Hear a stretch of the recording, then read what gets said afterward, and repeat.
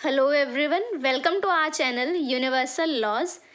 Rajasthan judicial services का prelims exam जो कि रिसेंटली शेड्यूल्ड है, अब एग्ज़ाम में ज़्यादा टाइम नहीं रहा है। सो इन दीज लास्ट डेज आप लोग प्रीवियस ईयर पेपर्स को ज़रूर सॉल्व करें। एंड हमने इसीलिए स्टार्ट की है series of all the previous years question papers.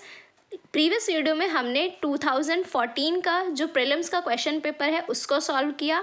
आज इस वीडियो में हम ईयर 2015 का क्वेश्चन पेपर डिस्कस करने जा रहे हैं।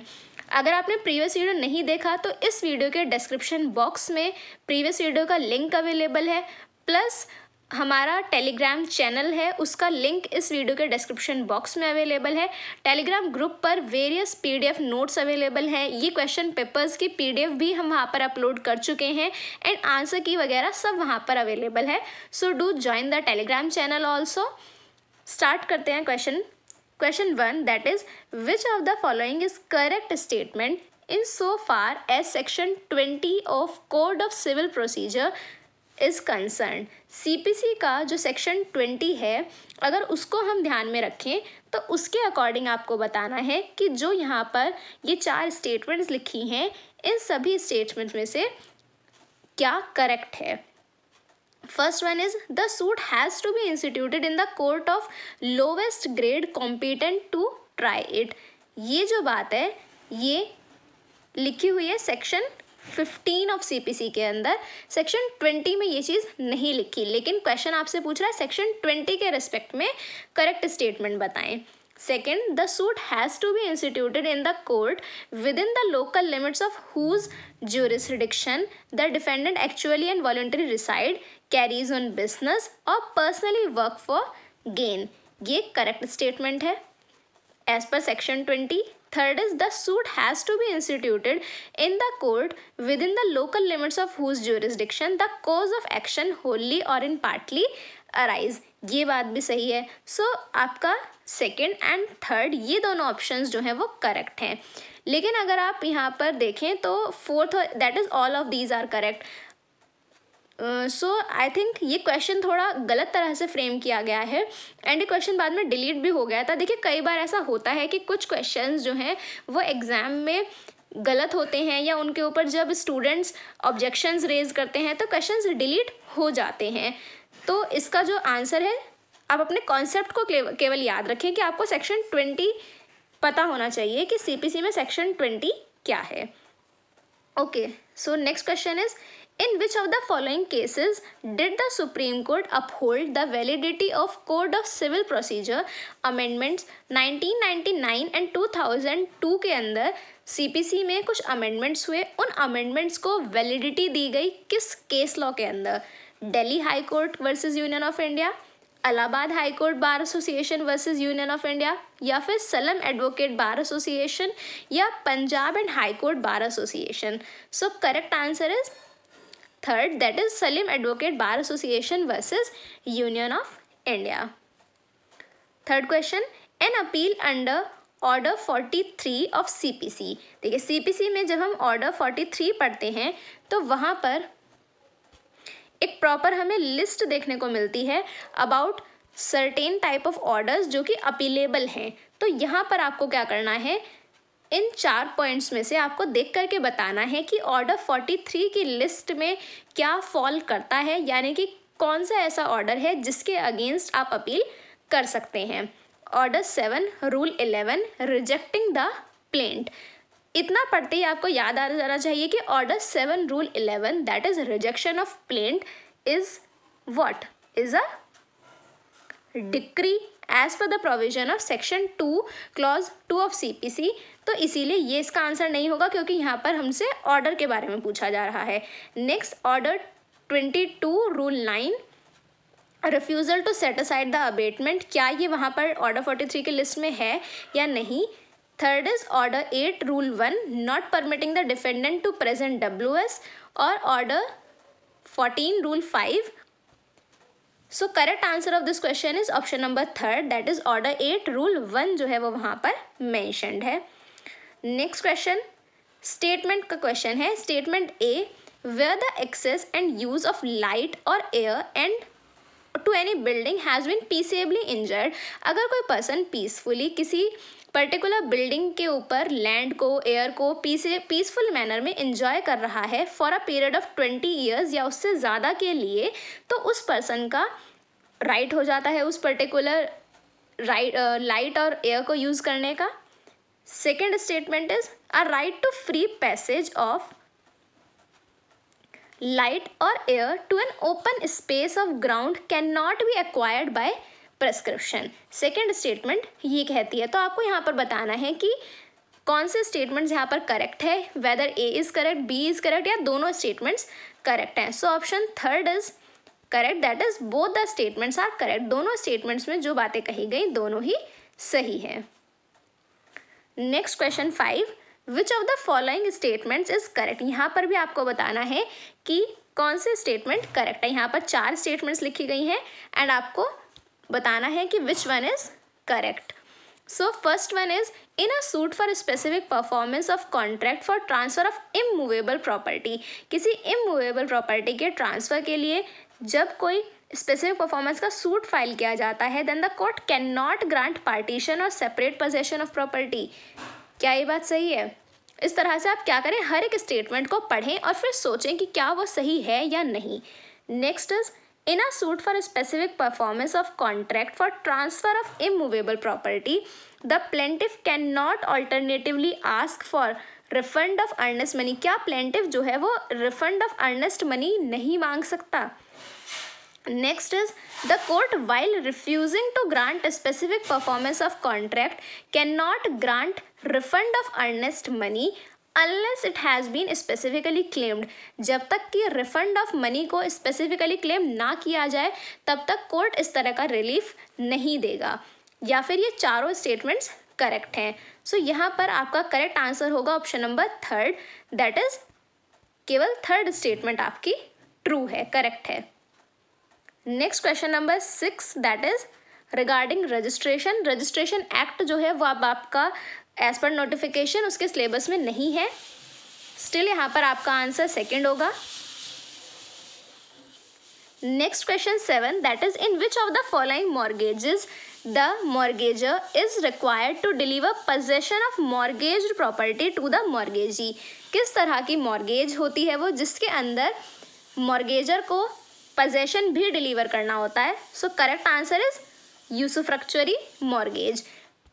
ओके, नेक्स्ट क्वेश्चन नंबर 8, यहाँ पर भी एक स्टेटमेंट का क्वेश्चन है। देखिए जो भी स्टेटमेंट वाले क्वेश्चंस होते हैं वहाँ पर आपको क्या करना है, दैन से आप दोनों स्टेटमेंट्स को पढ़ें और समझें कि क्या वहाँ पर स्टेटमेंट करेक्ट है नहीं है, ध्यान से उस क्वेश्चन को पढ़ना होगा। Statement A, that is every transfer of immovable property made with an intention to defeat or delay the creditor of transferor is void। क्या इस तरह का कोई ट्रांसफ़र जो है वो void होता है? Second statement, every transfer of immovable property made without any consideration with an intention to defraud a subsequent transferee is void। देखिए ये दोनों स्टेटमेंट्स को पढ़ करके आपको याद आना चाहिए कि ये दोनों स्टेटमेंट्स टीपीए के किस सेक्शन से रिलेट करती हैं। So section 53 of transfer of property act, वहाँ से ये दोनों स्टेटमेंट्स ली गई हैं। लेकिन जब आप सेक्शन 53 को पढ़ेंगे तो वहाँ पर वॉइड नहीं लिखा, वहाँ पर लिखा है वॉइडेबल। सो इसीलिए ये जो स्टेटमेंट्स हैं यहाँ पर वॉइड की जगह पर वॉइडेबल आना चाहिए था, इसीलिए दोनों ही स्टेटमेंट्स जो हैं वो गलत हैं। सो ऑप्शन 4 आपका आंसर होगा कि both are incorrect. Next question number 9, arbitration जो है वो अब आपके सिलेबस का हिस्सा नहीं है, स्टिल इसका आंसर सेकेंड होगा। Next, the period of 3 years is prescribed under article 137 जो है लिमिटेशन एक्ट का। देखिए लिमिटेशन एक्ट में पीछे एक प्रॉपर शेड्यूल दिया गया है, उस शेड्यूल के अंदर बहुत से आर्टिकल्स हैं जहाँ पर सूट, अपील, एप्लीकेशन के टाइम पीरियड को बताया गया है। सो वहाँ पर शेड्यूल से रिलेटेड देखिए क्वेश्चन इंपॉर्टेंट हैं, उसको ज़रूर पढ़ करके जाएँ एग्जाम से पहले। एंड लिमिटेशन एक्ट की वीडियोज़ भी हमारे चैनल पर अवेलेबल हैं, उन्हें भी आप देख सकते हैं। सो आर्टिकल 137 जब आप पढ़ेंगे तो वहाँ पर लिमिटेशन पीरियड के बारे में कहा गया है कि अगर किसी भी एप्लीकेशन का कोई टाइम पीरियड नहीं बताया गया तो ऐसी एप्लीकेशन के लिए 3 इयर्स का टाइम पीरियड कंसिडर किया जाएगा। सो यहाँ पर करेक्ट आंसर है एप्लीकेशन। नेक्स्ट इज क्वेश्चन 11, फिर से एक स्टेटमेंट वाला question.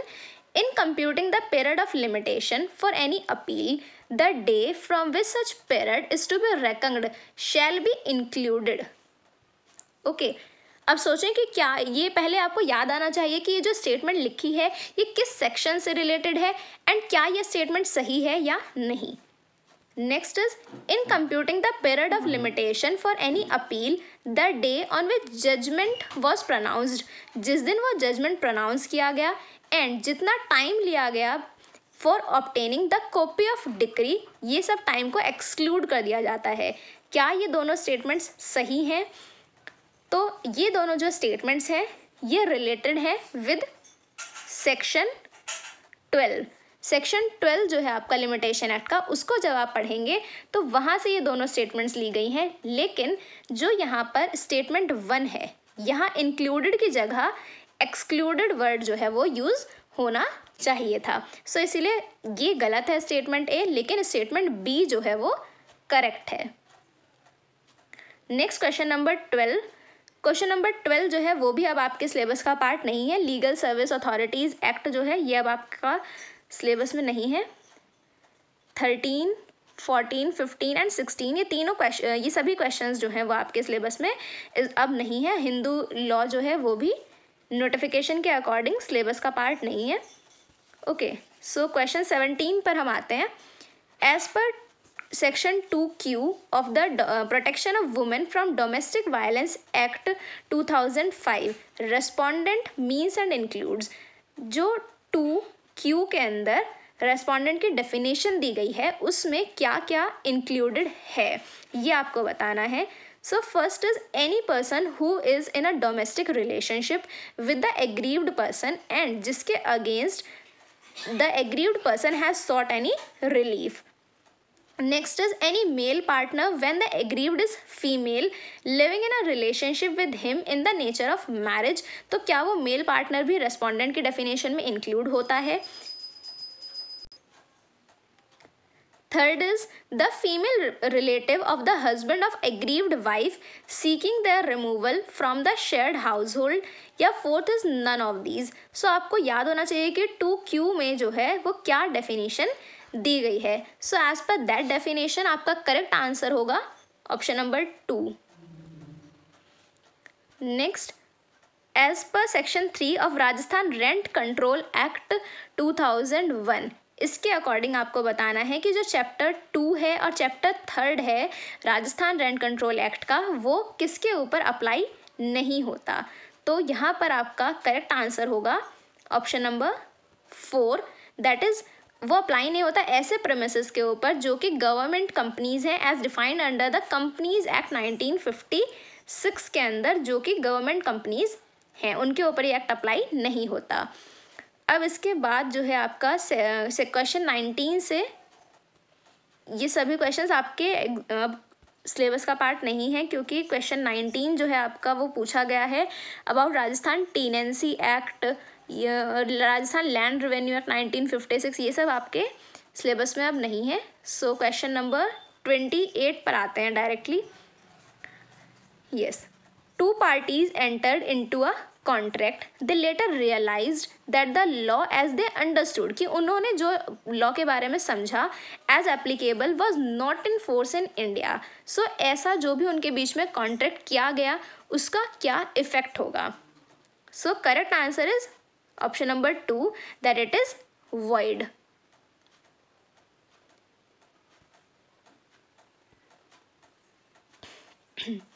Next is question number 29, that is acknowledgement after the expiration of period prescribed under the Limitation Act for a suit or application.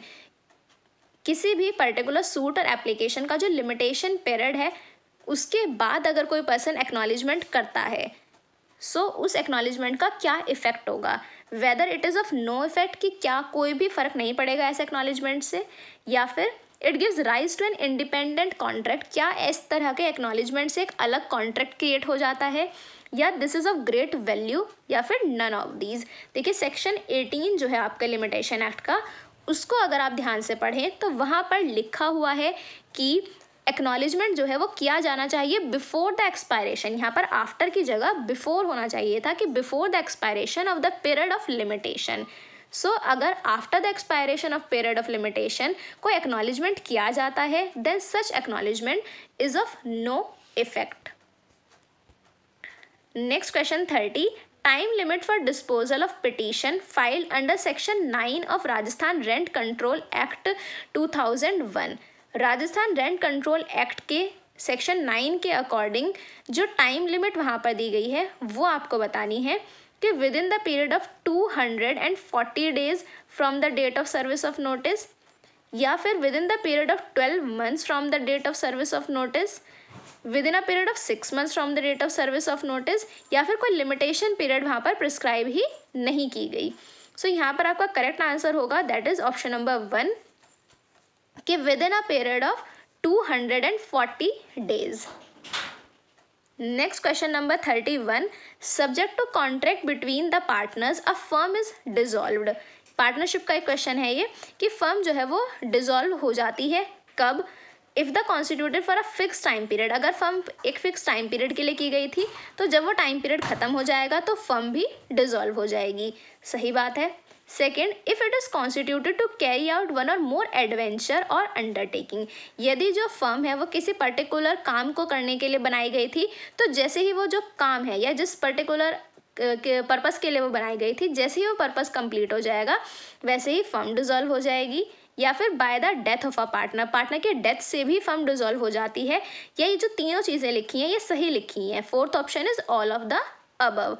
तो यहाँ पर आपका करेक्ट आंसर होगा option 4 that is all of these are correct. And dissolution of firm से related section 39 से लेकर के section 44 जो है आपका ऑफ पार्टनरशिप एक्ट ये डील करते हैं with dissolution of firm. Next, finder of the lost goods under Indian contract act. Indian contract act के अकॉर्डिंग किसी भी पर्सन के गुड्स अगर जो हैं वो खो जाते हैं तो अगर कोई पर्सन उन गुड्स को फाइंड आउट करता है तो ऐसा पर्सन बेलर कहलाया जाएगा, श्योरिटी बनेगा, या उसे बेली कहा जाएगा, या नन ऑफ दीज। तो ऐसे पर्सन की जो रिस्पॉन्सिबिलिटी होती है that is of a bailee. Basically ये जो क्वेश्चन है ये डील कर रहा है आपका with section 71। Section 71 of Indian contract act, वहाँ पर क्लियरली लिखा गया है कि the responsibility of finder of goods is that of a bailee. Next is about Rajasthan Right to Hearing Act 2012. This is not relevant now. Next, question number 34. In which of the following cases has the Supreme Court ruled that the members of transgender community who are neither male nor female at the time of birth they are recognized as third gender? Basically transgenders को third gender का दर्जा दिया गया किस important case में? सो यहाँ पर आएगा आपका case that is NALSA versus union of India. देखिए ये उस समय 2015 का क्वेश्चन पेपर है एंड 2014 का केस लॉ पूछा गया। सो सिमिलरली अब आप 2021 में पेपर दे रहे हैं तो जो भी रीसेंट अभी लैंडमार्क कुछ केसेस हैं या कुछ इंपॉर्टेंट इस तरह से सुप्रीम कोर्ट की रूलिंग्स हैं उनको आप ज़रूर पढ़ करके जाएं। नेक्स्ट, आर्टिकल 21A जो है आपका that is regarding right to education, ये इंसर्ट किया गया by which amendment? Simple question है, कॉन्स्टिट्यूशन 86th अमेंडमेंट 2002। यही आपका करेक्ट आंसर है कि 86th अमेंडमेंट से ये इंसर्ट किया गया। नेक्स्ट, नेगोशिएबल इंस्ट्रूमेंट एक्ट्स कि which of the following is a correct statement of law as per section 138 and 142 of negotiable instruments act. अगर सेक्शन 138 और 142 दोनों सेक्शंस को अगर आप सही से पढ़ें, एक साथ पढ़ें, तो उन दोनों से के अकॉर्डिंग क्या जो है वो करेक्ट स्टेटमेंट है आपको ये बताना है यहाँ पर। So first is a cheque is to be presented to the bank within a period of 6 months from the date when it is drawn or within a period of its validity। जब किसी check को draw किया जाता है तो उसके बाद उस चेक को 6 महीने के अंदर बैंक में प्रोड्यूस करना होगा, या उसकी जो वैलिडिटी टाइम पीरियड है उसके अंदर अंदर उसे बैंक के पास आपको लेकर के जाना होगा। Second is notice within 30 days of the receipt of information from bank regarding return of the check unpaid। जब आपको बैंक से ये नोटिस मिलता है कि आपका जो चेक है वो अनपेड है, मतलब उसको कैश नहीं किया गया, एनकैश नहीं किया गया, तो ऐसी सिचुएशन में 30 डेज के अंदर नोटिस दिया जाना चाहिए। Third is on failure of the drawer of such check to make the payment within 15 days of the receipt of such notice। देखिए, बैंक से आपके पास इंफॉर्मेशन आई कि जो चेक है उसे एनकैश नहीं किया जा सकता, चेक बाउंस हो गया। उसके बाद जो है आपने क्या करा, आपने 30 डेज के अंदर ड्रॉई को इस बात की information, drawer of the cheque को इस बात की इंफॉर्मेशन दी कि आपका जो चेक है वो बाउंस हो गया है। इन्फॉर्मेशन रिसीव करने के बाद, उस नोटिस के बाद भी अगर 15 दिनों के अंदर जो ड्रॉअर ऑफ द चेक है वो आपको पे नहीं करता, तो उसके बाद आपका कॉज ऑफ एक्शन अराइज होता है कि आप कंप्लेंट फाइल कर सकते हैं with in a period of 1 month. So यहाँ पर आपका करेक्ट आंसर होगा इस क्वेश्चन का option number 4, that is all of these are correct. देखिए, यहाँ पर बार बार देख रहे हैं हम 6 मंथ्स का टाइम पीरियड है, कहीं 1 मंथ का टाइम पीरियड है, 15 डेज का टाइम पीरियड है, 30 डेज का टाइम पीरियड है। सो आपका जो नेगोशिएबल इंस्ट्रूमेंट्स एक्ट है उसका केवल चैप्टर 17 आपके सिलेबस का पार्ट है, तो उस 17 चैप्टर जो है उसके सभी सेक्शंस को बहुत अच्छे से पढ़ करके जाएं। जहाँ भाई वहाँ पर टाइम पीरियड दिया गया है उस टाइम पीरियड को भी अच्छे से सही से पढ़ करके जाएं, क्योंकि टाइम पीरियड से रिलेटेड क्वेश्चन बन सकता है। Next, the delay in filing a complaint under section 138 of Negotiable Instruments Act can be condoned। Section 138 of NI act के अंदर कंप्लेंट जो फाइल की जानी है, अगर उस कंप्लेंट को फाइल करने में डिले अगर होता है तो उस डिले को कॉन्डोन किया जा सकता है, माफ़ किया जा सकता है as per section 5 of limitation act, या फिर section 138 of negotiable instruments act, या फिर सेक्शन 142 ऑफ NI एक्ट कहता है, या 143। तो यहाँ पर करेक्ट आंसर होगा section 142 of the negotiable instruments act. Next question number 38 regarding एक इम्पॉर्टेंट जजमेंट, जहाँ पर कि सुप्रीम कोर्ट ने सेक्शन 66A जो है IT एक्ट का उसको स्ट्रक डाउन किया, and that is the case of Shreya Singhal versus union of India. Next POCSO act का क्वेश्चन आता है, that is according to section 25, section 25 जो है पॉक्सो एक्ट का, वहाँ पर statement of a child as per section 164 of CRPC is to be recorded by a magistrate. Magistrate के द्वारा स्टेटमेंट को रिकॉर्ड किया जाएगा। Shall be recorded in the presence of advocate of accused.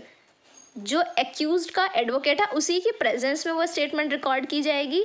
Second, shall not be recorded in the presence of advocate of accuse, या उसकी presence में नहीं record की जाएगी।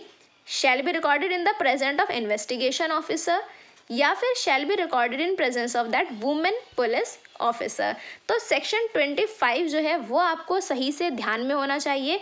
According to that section, it shall not be recorded in the presence of advocate of the accused. Next is which of the following is not the duty of probation officer.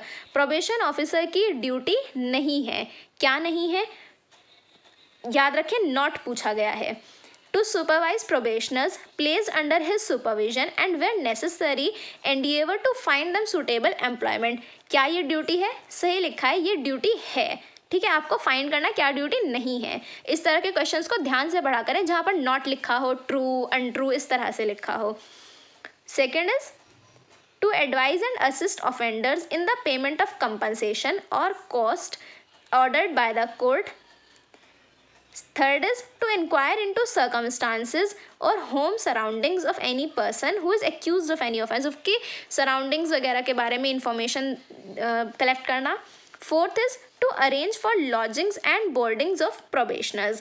तो यहाँ पर जो आपका correct answer होगा that is 4th। This is not the duty of the probation officer. And यहाँ पर relevant आपका होता है section 14 of the act, probation act. Next we come to section question number 41, that is again related to POCSO act. Which of the following conditions as per the provisions of Protection of Children from Sexual Offences Act 2012 has to be adhered to while examining or recording the statement of child? कि जब किसी child की statement को record किया जाना है या child को एग्जामिन किया जाना है तो क्या बात जो है वो ध्यान में रखी जानी चाहिए।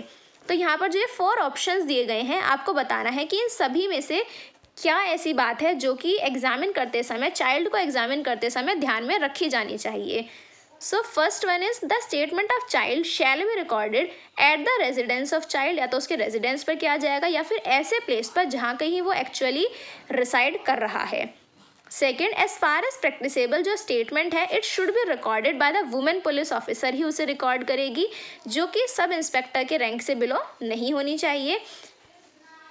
Next is the investigation officer shall ensure that at no point of time the child comes in contact with the accused, कि वह एक्यूज के कॉन्टैक्ट में किसी भी तरह से ना आए। देखिए तीनों ही बातें जो हैं वो करेक्ट है एंड यहाँ पर आपका रेलेवेंट सेक्शन आता है दैट इज सेक्शन 24 जो है आपका वो रेलेवेंट है यहाँ पर, और इसका आंसर होगा ऑप्शन नंबर 4।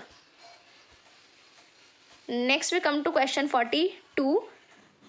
42 जो है 42, 43 एंड 44, 45 ये सभी आपके IT एक्ट वगैरह से रिलेटेड क्वेश्चंस हैं जो कि अब आपके सिलेबस का पार्ट नहीं है। सो हम 46 से देखते हैं। In which of the following judgments did the Supreme Court set aside the judgment of High Court of Delhi? Delhi High Court के judgment को set aside किया गया सेक्शन 377 ऑफ IPC से रिलेटेड। देखिए 2015 का पेपर है। ओके तो उस समय जो है जो भी केस लॉ या जो कुछ चीज़ें चल रही थी उनसे रिलेटेड क्वेश्चंस पूछे गए। सो यहाँ पर आपका करेक्ट आंसर होगा इस क्वेश्चन का that is Suresh Kumar Kaushal versus नाज foundation. Next, which of the following acts constitute atrocity as defined in SC/ST Act? This is not in your syllabus now. Narcotics Act ये भी नहीं है। And yes, you can join us on Telegram to get the PDF of this question paper as well as the answer key. And for all other notes, join us on Telegram. Next आपका question आता है juvenile justice act से related. Who as per section 2 subsection 1 of the Juvenile Justice Act is a juvenile in conflict with law? आपको ये बताना है कि who is considered as a juvenile in conflict with law।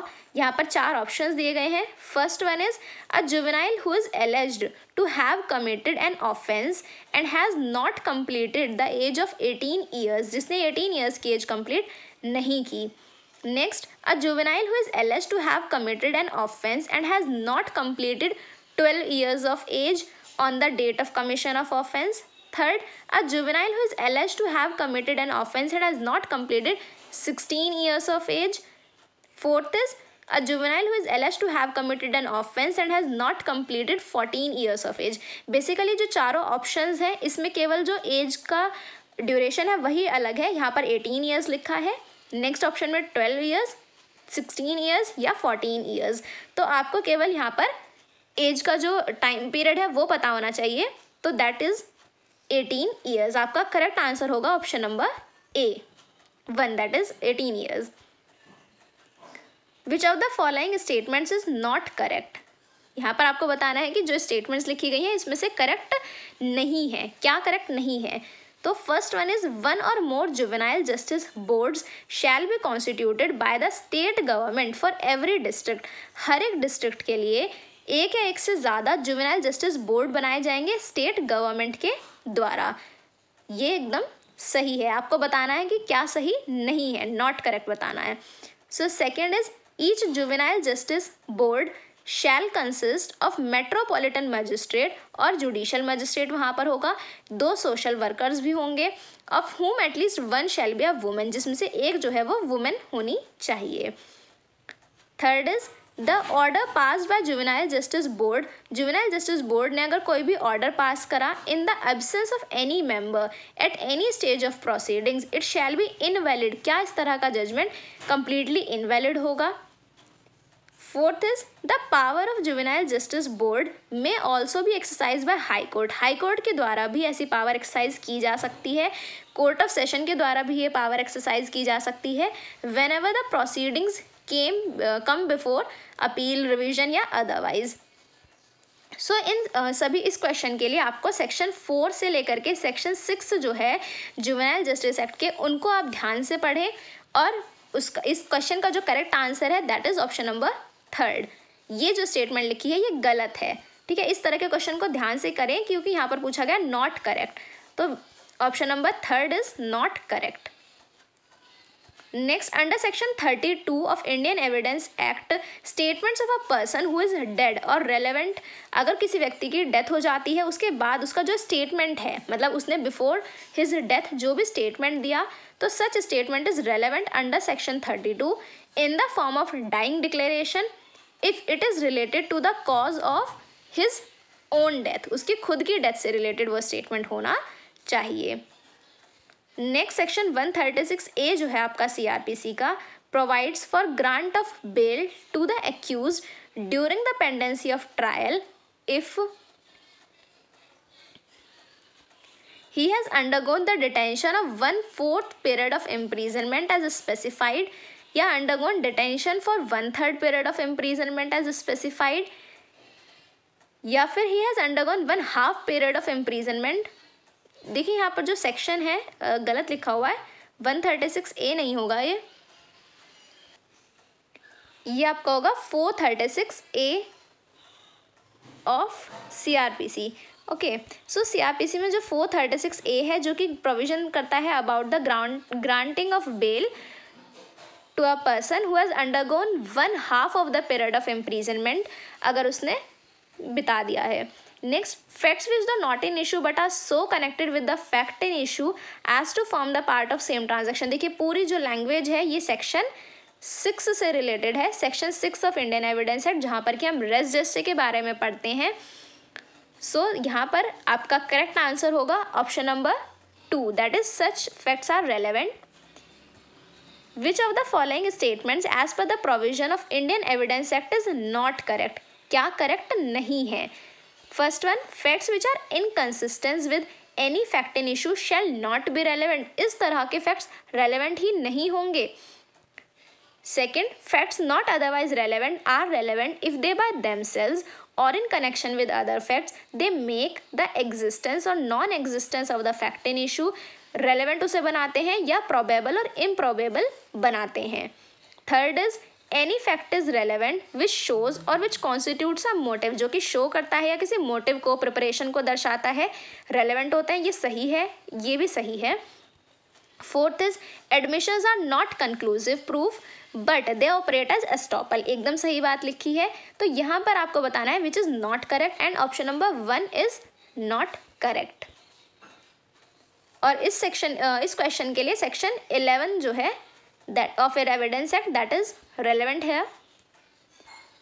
Next, narco analysis, polygraph test, brain mapping, important judgement है ये, जहाँ पर कि आर्टिकल 20 क्लॉज 3 के बारे में बात की गई कि article 20 clause 3 of your Indian constitution and article 21 जो है आपका that is right to life और लिबर्टी, तो यहाँ पर ये सब बताया गया नार्को एनालिसिस के बारे में in the case of Selvi and others versus state of Karnataka, very important case. Next is statement based question है, देखिए काफ़ी बड़ा सा क्वेश्चन है ये।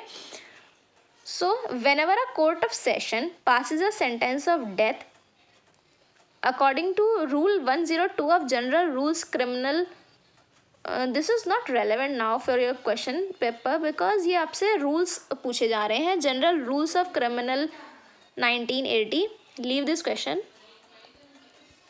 नेक्स्ट क्वेश्चन पर आते हैं, how many kinds of punishment are provided in section 53 Indian penal code that is IPC में सेक्शन 53 जब हम पढ़ते हैं तो वहाँ पर कितने काइंड्स ऑफ पनिशमेंट दी गई हैं, तो वहाँ पर 5 तरीके की पनिशमेंट दी गई हैं, दैट इज 5। थर्ड आपका होगा करेक्ट आंसर। नेक्स्ट सेक्शन 73 और 74 of IPC, a convict can be kept in solitary confinement. Solitary confinement में किसी भी कन्विक्ट को रखा जा सकता है कितने टाइम पीरियड के लिए? For a period not exceeding 3 months in whole, या फिर for a period not exceeding 3 months if the term of imprisonment exceed 6 months and does not exceed 1 year, या फिर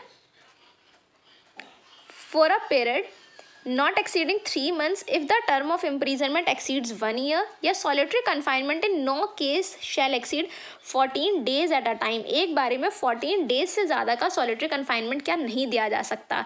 तो आपको बताना है which of the following is incorrect। देखिए question को ध्यान से पढ़ें, यहाँ पर लिखा है कि क्या करेक्ट नहीं है। एज पर सेक्शन 73 और 74 को जब आप कंबाइंडली पढ़ेंगे तो वहाँ पर ये कहीं भी नहीं दिया गया।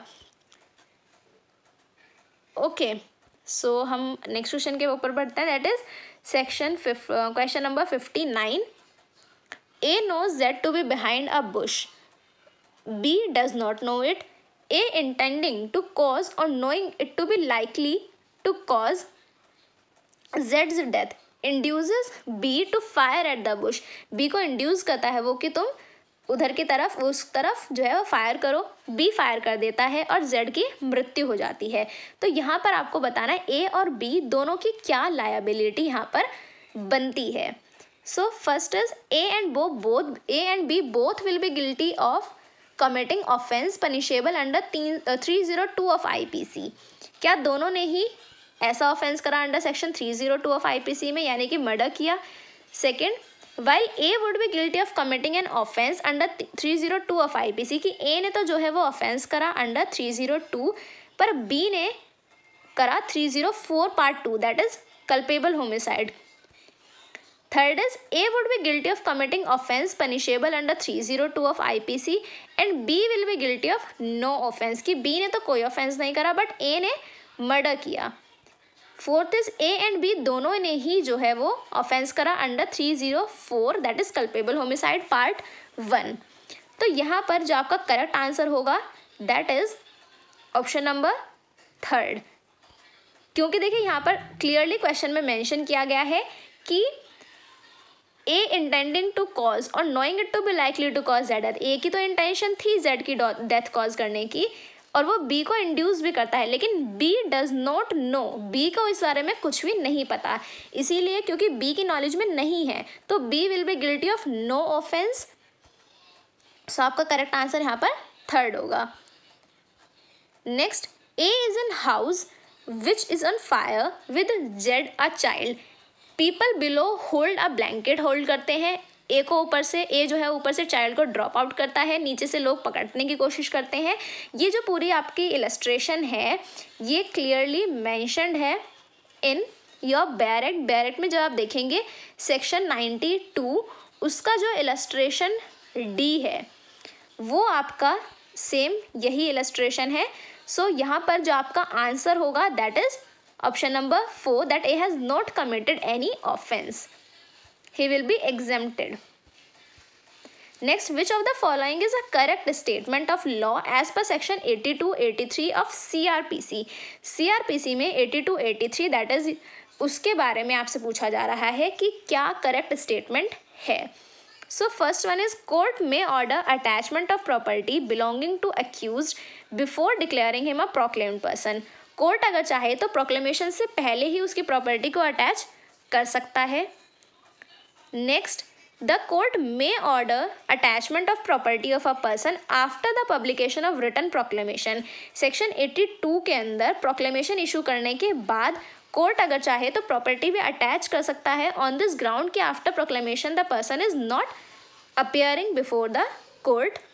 Third, the court may order attachment of property of a person regardless of whether he और not he has declared proclaimed offender, कि प्रोक्लेमेशन के बिना भी प्रॉपर्टी को अटैच किया जा सकता है। तो यहाँ आपको बताना है कि 82 और 83 ऑफ CRPC को जब आप पढ़ेंगे तो उसके अकॉर्डिंग जो आपका करेक्ट आंसर है दैट इज ऑप्शन नंबर 2।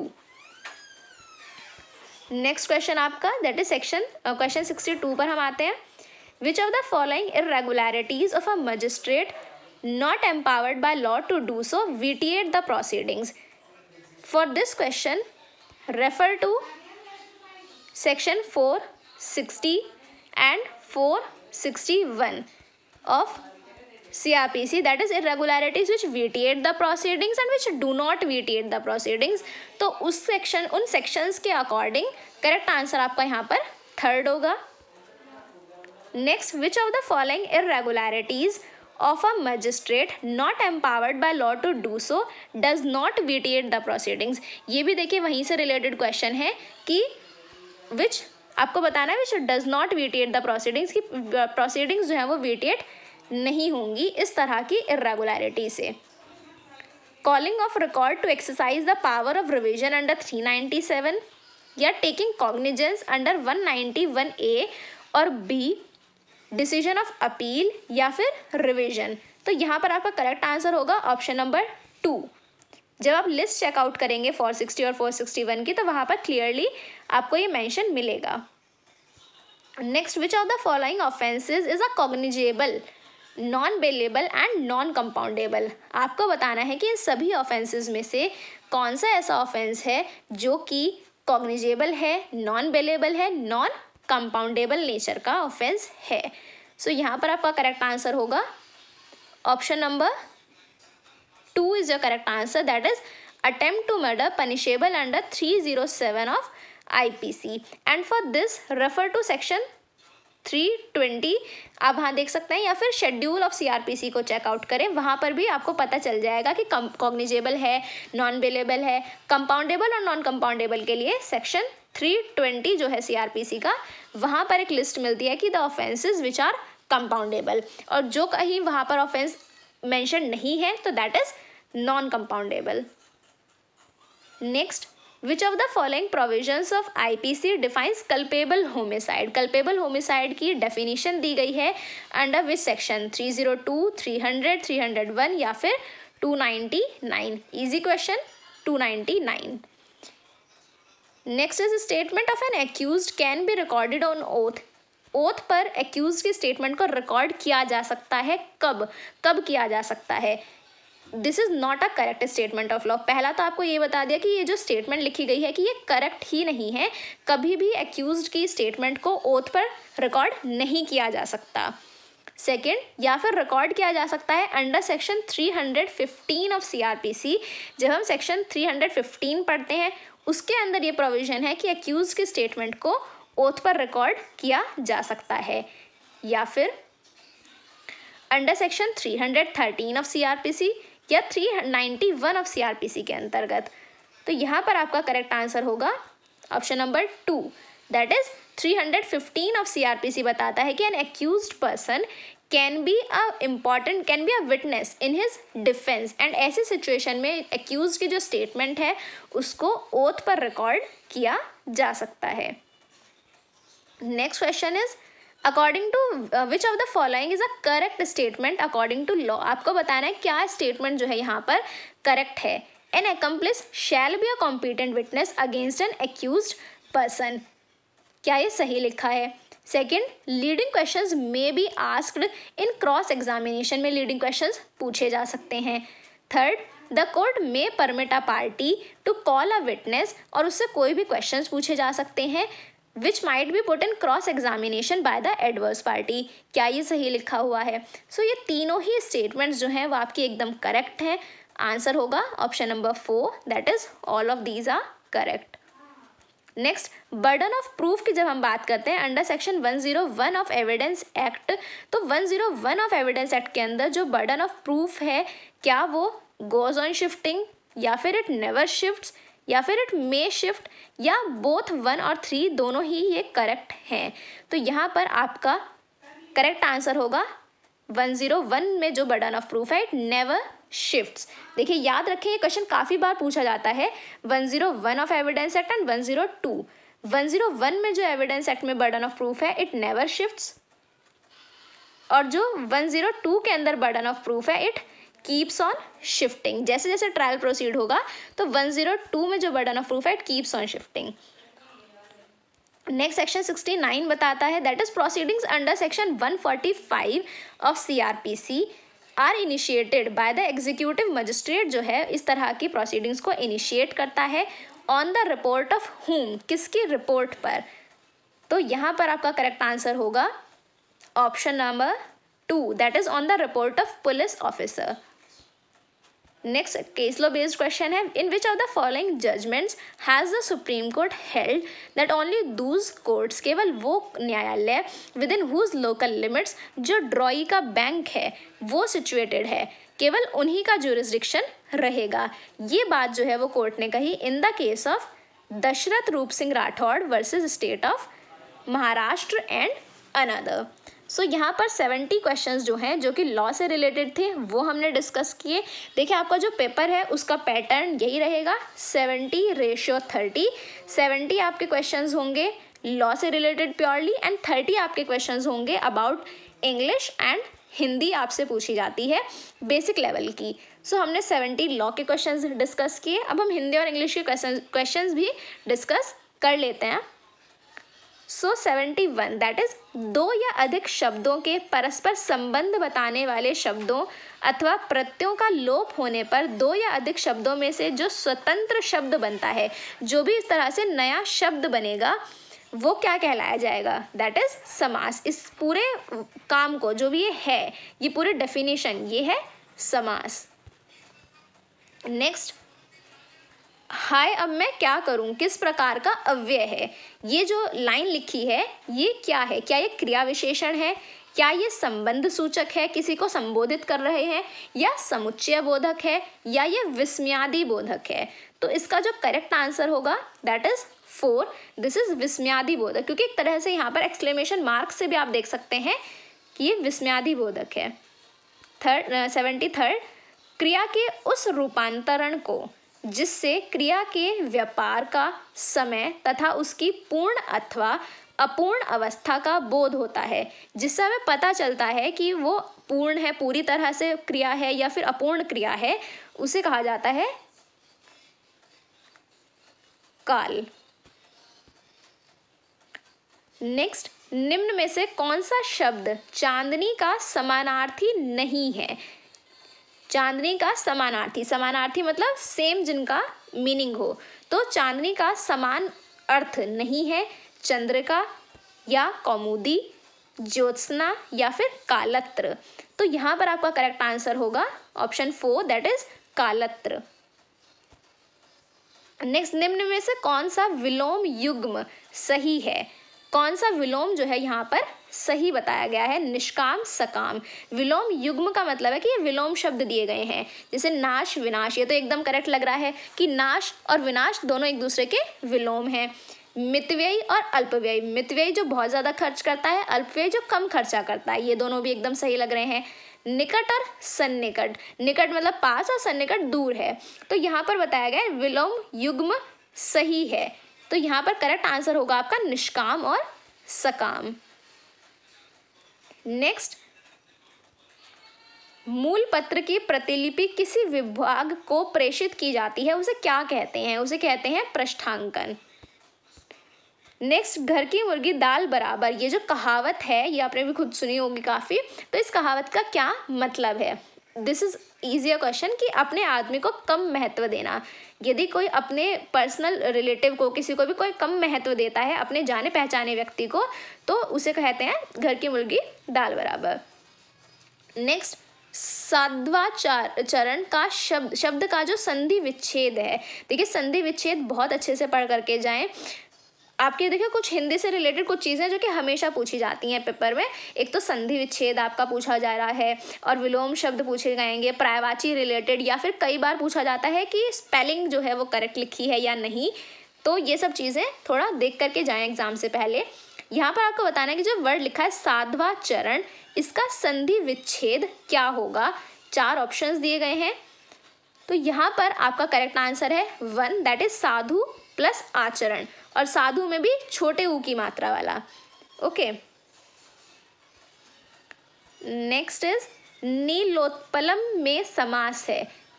नीलोत्पलम जो ये शब्द लिखा गया है, इसमें किस तरह का समास जो है वो यूज हुआ है, तो यहाँ पर है कर्मधारय समास। निम्नलिखित में से कौन सा शब्द विद्युत का पर्यायवाची नहीं है? देखिए, पर्यायवाची में सबसे पहले तो आपको जो वर्ड है उसका ही मीनिंग पता होना चाहिए। अगर आप इसका मीनिंग जानते हैं कि विद्युत का क्या मतलब है, तब फिर आप इन 4 ऑप्शंस में ढूंढेंगे कि इसका पर्यायवाची है या नहीं है। सो यहाँ पर तड़ित, चपला, कोदंड या चंचला, इन सभी में से विद्युत का पर्यायवाची क्या नहीं है? इसका आंसर है कोदंड। नेक्स्ट, जिन ढूंढा तिन पाइयाँ गहरे पानी पैठ, ये जो लाइन लिखी है, ये लोकोक्ति, इसका क्या मीनिंग है, क्या इसका अर्थ है? तो जिन ढूंढा तिन पाइयाँ गहरे पानी पैठ, इसका करेक्ट मीनिंग है परिश्रम का फल अवश्य मिलता है। Correct answer is option number 3rd। And बहुत सही बात भी है कि परिश्रम का फल हमेशा मिलता है। अगर आप मेहनत करेंगे, अच्छे से लगे रहेंगे अपने एग्जाम में, प्लस एक प्रॉपर प्लानिंग के साथ चलेंगे। देखिए, मेहनत हर कोई करता है, बट एक प्रॉपर प्लानिंग होना बहुत ज़्यादा ज़रूरी है। अगर आप प्रॉपर प्लानिंग के साथ चलेंगे तो ज़रूर आपको सफलता मिलेगी। सो अब आते हैं क्वेश्चन 82, दैट इज वे शब्द जो किसी संस्कृत या प्राकृत मूल से निकले हुए नहीं जान पड़ते और जिनकी व्युत्पत्ति का पता नहीं लगता। कुछ ऐसे शब्द जिनका हमें समझ नहीं आ रहा कि वह संस्कृत से आए हैं या फिर उनका जो ओरिजिन है बेसिकली वो कहाँ से हुआ है, ऐसे जो शब्द हैं वो क्या कहलाए जाते हैं? वो कहलाए जाते हैं देशज। नेक्स्ट, स्वर, व्यंजन, विसर्ग किसके विभिन्न प्रकार हैं? ये जो 3 वर्ड्स हैं, स्वर, व्यंजन, विसर्ग, ये तीनों किस चीज़ के प्रकार हैं? तो ये तीनों संधि के प्रकार हैं। नेक्स्ट, जिस सर्वनाम से वक्ता के पास अथवा दूर की किसी वस्तु का बोध होता है उसे क्या कहते हैं? निजवाचक या निश्चयवाचक, अनिश्चयवाचक या फिर संबंधवाचक? तो यहाँ पर आपका करेक्ट आंसर होगा ऑप्शन नंबर 2, दैट इज निश्चयवाचक सर्वनाम। नेक्स्ट, संज्ञा या सर्वनाम या क्रिया के साथ संबंध निर्धारित करने वाले तत्व क्या कहलाए जाते हैं? कारक कहलाए जाते हैं। सो ये हमने 85 तक के हिंदी के क्वेश्चंस डिस्कस। अब 86 से आते हैं आपके इंग्लिश से रिलेटेड क्वेश्चंस। देखिए, इंग्लिश के क्वेश्चंस में आप पाएंगे कि एक नोट लिखा होगा, तो उस नोट को पहले ध्यान से पढ़ें, उसके बाद क्वेश्चन पर जंप करें। ये नहीं कि आपने 85 के बाद एकदम 86 पढ़ने लग गए। नोट को भी पढ़ें कि नोट में क्या लिखा गया है। तो यहाँ पर लिखा है नेक्स्ट 2 क्वेश्चंस, अगले 2 क्वेश्चंस में आपको क्या करना है? Choose the alternative which best express the meaning of the idiom या फ्रेज। जो ईडियम या फ्रेज आपको दिया गया है उसका बेस्ट पॉसिबल मीनिंग जो है आपको वो बताना है in next 2 questions. So 86 is a man of weight. A man of weight का क्या मतलब है? मैन ऑफ वेट क्या मतलब है? अ फैट पर्सन, या फिर ट्रुथफुल एंड ट्रस्टवर्दी मैन, या फिर अ मैन ऑफ इम्पॉर्टेंस, या फिर अ नोटोरियस मैन। तो जो यहाँ पर आपका करेक्ट आंसर होगा that is 3rd, a man of importance. Next आपका क्वेश्चन है अ फूल्स पैराडाइज। इसका करेक्ट आंसर क्या है? पैराडाइज ऑफ इडियट्स, या फिर a state of happiness due to any foolish reasons, या टू लिव इन पास्ट, या to remain in state of dreaming. Correct answer होगा आपका a state of happiness due to foolish reasons. Next देखिए, फिर से note लिखा है, पढ़े नोट को ध्यान से कि अगले 3 क्वेश्चंस में आपको क्या करना है? इनडायरेक्ट स्पीच बताना है। देखिए, इंग्लिश के लिए भी ऐसी है, डायरेक्ट इनडायरेक्ट जरूर पढ़े, एक्टिव पैसिव के रूल्स पढ़ करके जाएं, सिनोनिम, एंटोनियम्स, इस तरह के क्वेश्चंस में तो देखिए जो आपने अभी तक आपकी बेसिक नॉलेज है वो भी बहुत हेल्पफुल रहेगी। पर डायरेक्ट इनडायरेक्ट एक्टिव पैसिव के जो रूल्स हैं उसको एक बार ज़रूर आप थोड़ा सा रिवाइज कर लें before your exam. So 88 is the policeman said to us where are you going. इसका इनडायरेक्ट स्पीच आपको बताना है, क्या होगा? So correct answer is 3rd, the policeman enquired where we were going. Next, call the first witness said the जज। इसका आपको indirect बनाना है और इसका करेक्ट आंसर होगा 2nd, दैट इज द जज commanded them to call the first witness. इस तरह के क्वेश्चन में देखिए आप यहाँ से भी पता लगा सकते हैं कि द जज आस्क्ड, कमांडेड, ठीक है, तो यहाँ पर क्या होगा? जज commanded. Next, she said to me I shall pay now. इसका इनडायरेक्ट स्पीच आपको बताना है क्या होगा, she told me that she would पे देन। नाउ का जो है क्या बन जाता है, देन बन जाता है इनडायरेक्ट स्पीच में। नेक्स्ट अब आपको दो क्वेश्चंस में क्या करना है, पैसिव वॉइस बनाना है। देखिए एक्टिव पैसिव डायरेक्ट इनडायरेक्ट हमेशा आते ही हैं पेपर में। सो 91 है आपका, समवन गेव हर अ बुलडॉग। इसका आपको बनाना है पैसिव, इसको पैसिव में कन्वर्ट करना है। करेक्ट आंसर होगा a bulldog was given to her by someone. Next, Mona was writing a letter to her father, और यहाँ पर आपका करेक्ट आंसर होगा a letter was being written by Mona to her father. Next we come to question 93, that is, अब यहाँ पर है in next 3 questions choose the correct options to fill in the blanks. आपको फिल इन द ब्लैंक्स करने हैं। अब fill in the blanks के लिए सबसे अच्छा रूल क्या है कि जहाँ भी गैप है वहाँ पर आप चारों ऑप्शंस में जो भी ऑप्शंस हैं उनको यहाँ पर प्लेस करके देखें कि क्या सही लग रहा है, कि a rich should help a poor, या फिर the rich should help a poor, या फिर the rich should help N poor. क्या पुअर के साथ एन आएगा, ये तो देखिए एकदम ही आपने क्रॉस कर देंगे। The rich should help the poor, तो यहाँ पर करेक्ट आंसर होगा 4th, that is the rich should help the poor. Next, pupil should obey his teacher. A pupil should obey his teacher, the pupil should obey his teacher, an pupil, या फिर x लिखा है मतलब nothing of none of these is correct. So यहाँ पर आपका होगा A, that is a pupil should obey his teacher. Next, Kalidas is a Shakespeare of India, an Shakespeare of India, the Shakespeare, या फिर nothing. So यहाँ पर correct answer होगा the, Kalidas is the Shakespeare of India. Next, what do you mean by, देखिए एक मैगजीम related question आ गया and ये आपके लिए एक प्लस पॉइंट है क्योंकि इस तरह से मैगजीम आपने लॉ में पढ़ी है और यहाँ पर लेकिन पूछ लिया गया इंग्लिश में ये क्वेश्चन। सो यहाँ पर पूछा गया एक्टस क्यूरे निमिनम ग्रेवेबिट, इसका क्या मीनिंग होता है। सो इसका मतलब है an act of court should prejudice no one. Next, अब आपसे पूछा गया है identify the tense in following sentences. अगले जो भी सेंटेंसेज हैं इसमें आपको टेंस बताना है कि किस टेंस में ये सेंटेंस लिखे गए हैं। सो first one is I am pleading for the preservation of trees. क्या ये सिंपल प्रेजेंट है, पास्ट टेंस है, प्रेजेंट कॉन्टिन्यूअस है या पास्ट कॉन्टिन्यूअस है। देखिए पहली बात तो एम देखते ही आपको समझ आ जाना चाहिए कि ये पास्ट कॉन्टिन्यूअस नहीं है, पास्ट टेंस ये नहीं है, तो ये दोनों तो आप एलिमिनेट कर दें। देखिए जहाँ कहीं भी आपको क्वेश्चन का आंसर समझ नहीं आ रहा है वहाँ पर आप एलिमिनेशन मेथड का यूज़ ज़रूर करें, क्योंकि जो ये पेपर है इसमें कोई भी नेगेटिव मार्किंग नहीं है। तो इसका मतलब आपको सभी क्वेश्चंस अटेम्प्ट करने हैं और जो आपको नहीं आता क्वेश्चन उसमें एलिमिनेशन मेथड यूज़ करें। जिन जिन ऑप्शंस को आप एलिमिनेट कर सकते हैं एलिमिनेट करें, उसके बाद आप जो बेस्ट अप्रोप्रिएट आपको लगता है उस आंसर को टिक करके ज़रूर आएँ। Don't leave any question. Okay, so यहाँ पर आपसे बोला गया एम प्लीडिंग, तो जो आपका टेंस है उसमें एम प्लस ING, जब आप टेंस पढ़ते हैं तो वहाँ पर is am are plus ING जो है this is your present continuous tense. तो यहाँ पर आपका करेक्ट आंसर होगा 3rd। Next, fill in the blank with correct form of verb. यहाँ पर आपको क्या करना है, इस फिलअप को फिल करना है इसको with the correct verb form. तो my sister saw a snake while she saw, यानी कि पास्ट टेंस में ये लिखा है, तो यहाँ पर भी आपको क्या करना है, पास्ट जो टेंस है वो उसके अकॉर्डिंग फिलअप करना है इसको कि my sister saw a snake while she was walking in the garden, walks in the garden या इज वॉकिंग। अब देखिए इज तो नहीं आएगा, इसको एकदम एलिमिनेट कर दें क्योंकि पास्ट टेंस यहाँ पर यूज़ हुआ है। या वर वॉकिंग, क्या माई सिस्टर के लिए वर्ड यूज़ करेंगे, नहीं वर भी यूज़ नहीं करेंगे। सो यहाँ पर करेक्ट आंसर होगा वॉज वॉकिंग।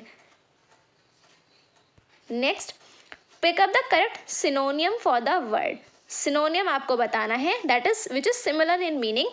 सो स्टबर्न का सिमिलर मीनिंग क्या होगा, ईजी, ऑब्स्टिनेट, विलिंग या प्लायबल। करेक्ट आंसर है ऑब्स्टिनेट।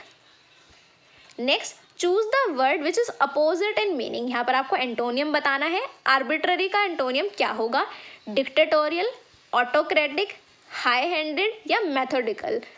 करेक्ट आंसर आपका होगा मेथोडिकल। मेथोडिकल मतलब जहाँ पर एक प्रॉपर सिस्टमेटिक मैनर में किसी चीज़ को फॉलो किया जा रहा है, दैट इज मेथोडिकल, की प्रॉपर मेथड फॉलो किया गया है। सो हमने ये 100 क्वेश्चंस डिस्कस किए।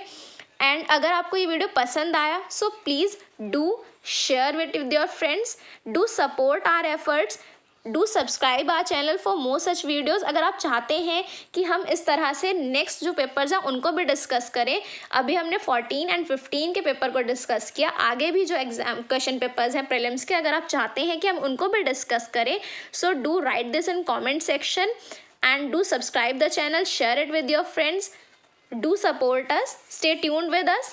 Thank you.